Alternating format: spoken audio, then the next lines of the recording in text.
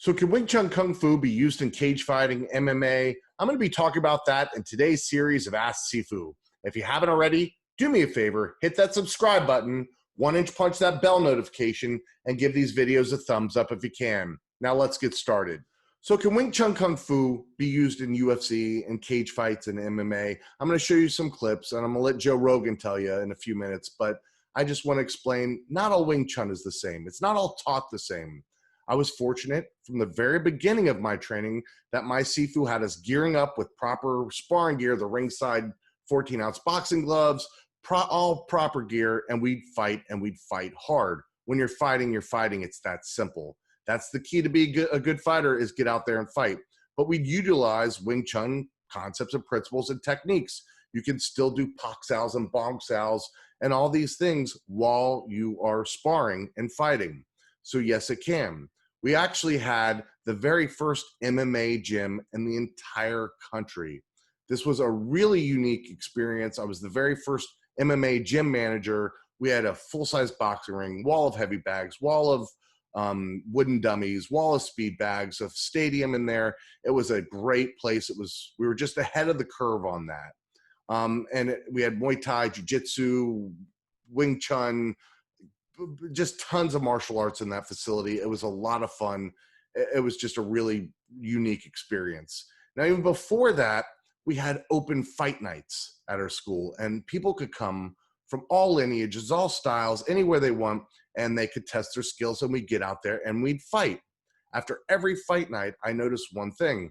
Just got to work on my conditioning a little bit, but my Kung Fu, my Wing Chun never let me down, and I noticed practitioners from every style leaving there scratching their heads going, what just happened? Now, I took that and I tested that at other places where I was allowed to fight, and I always did well, and it always worked wonderfully for me.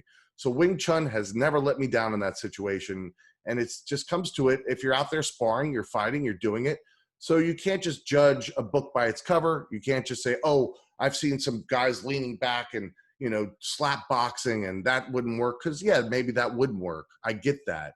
But when you gear up and you fight hard and you're sparring and you see how well it works, and your Sifu's one of the toughest son of guns you've ever met in your life, and and you're really going at it, you learn, and you learn well. So yes, it can be used in the UFC and in MMA. Now, as we saw at the very beginning, it was all about the jiu-jitsu and the grappling. And then what happened, people discovered, striking is very effective, and they just had to learn how to anti-grapple. That's something we do in Wing Chun. We anti-grapple. When we get to the ground, we get back to our feet as soon as possible. And you notice this in the UFC all the time. They don't want to stay on the ground. They want to get up. They want to bang. They get up from the ground. They avoid that ground fight. And we train more for the street.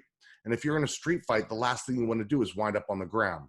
If there's multiple attackers, you'll be getting kicked all over the place.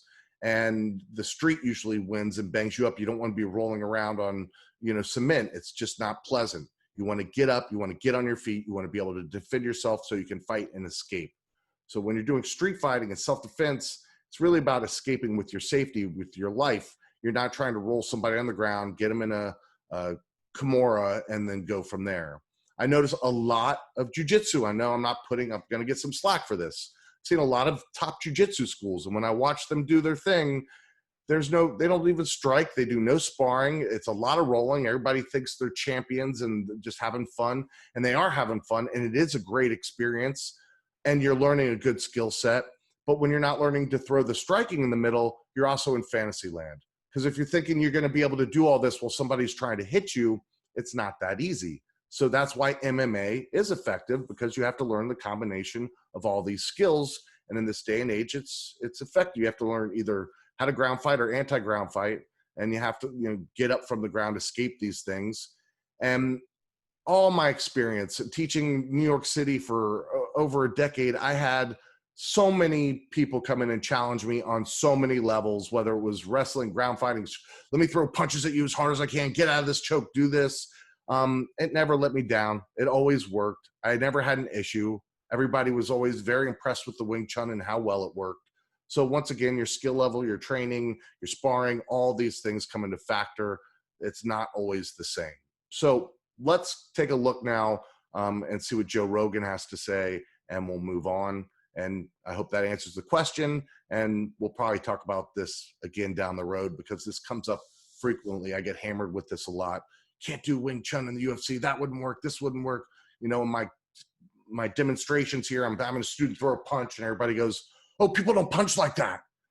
We're demonstrating something. You know, you're welcome to come and throw as many punches at me as you want, as hard as you want. Perfectly fine with that. The outcome is always the same. If you've ever seen Muhammad Ali fight, you've probably picked up on a few things that he used Bong Sao and Foot Sao. I'm not saying he called it Bong Sao or Foot Sao, but he used good Wing Chun sidestepping footwork, and he'd constantly see him do that using Foot Sao a lot and Bong Sao. So you might see fighters using some of these techniques in their boxing, martial arts, or fighting. Now in the UFC, there are a few fighters that do it, or have used some Wing Chun applications. One is Tony Ferguson. Another is John Jones using some Wing Chun kicks. He likes to attack that knee. And Anderson Silva, who everybody knows, the Spider. So let's take a look at some of these clips. That's the position.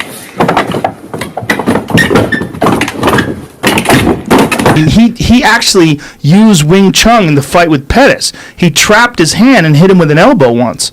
I remember watching it going, like, holy shit, he just used Wing Chun inside the cage. Like, it works. Like, if you really know your shit, he trapped his hand and then came right over the top with an elbow. And I went, look at that. Oh,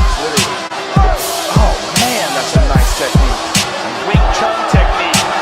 Really torque your knee. With his distance and length, such an effective technique. Very controversial because they hyperextend the knee. Wing Chun technique.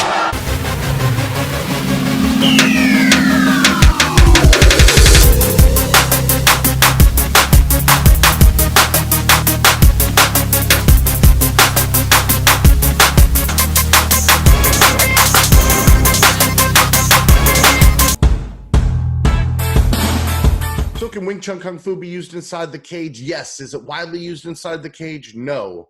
But you know what? All martial arts are great. They all serve a purpose. It's about finding which one is the best one for you. And you know what? There's nothing wrong with taking something from one art and another art. If they have the same concepts and principles, they all work similarly. You take what's effective, what's ultimately the most effective thing, and you use that, put that in your toolbox to make you the very best fighter. Thank you for joining me today. I hope all is well. Do me a favor if you can, once again, if you haven't already, subscribe to the channel so you don't miss out on any future videos to come. 1-inch punch that bell notification. Give these videos a thumbs up, and be sure to leave some comments down below. Talk to you soon. Have a great day.